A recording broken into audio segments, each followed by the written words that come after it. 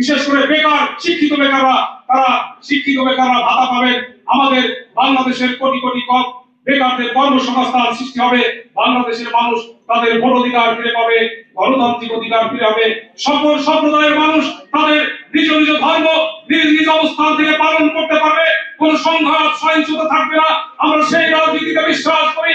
মুসলিমরা তারা মসজিদে গিয়ে আযান দিয়ে তারা সেখানে আমাদের যে ইসলামী ধর্মীয় রীতি মোতাবেক নামাজ কালাম করবে।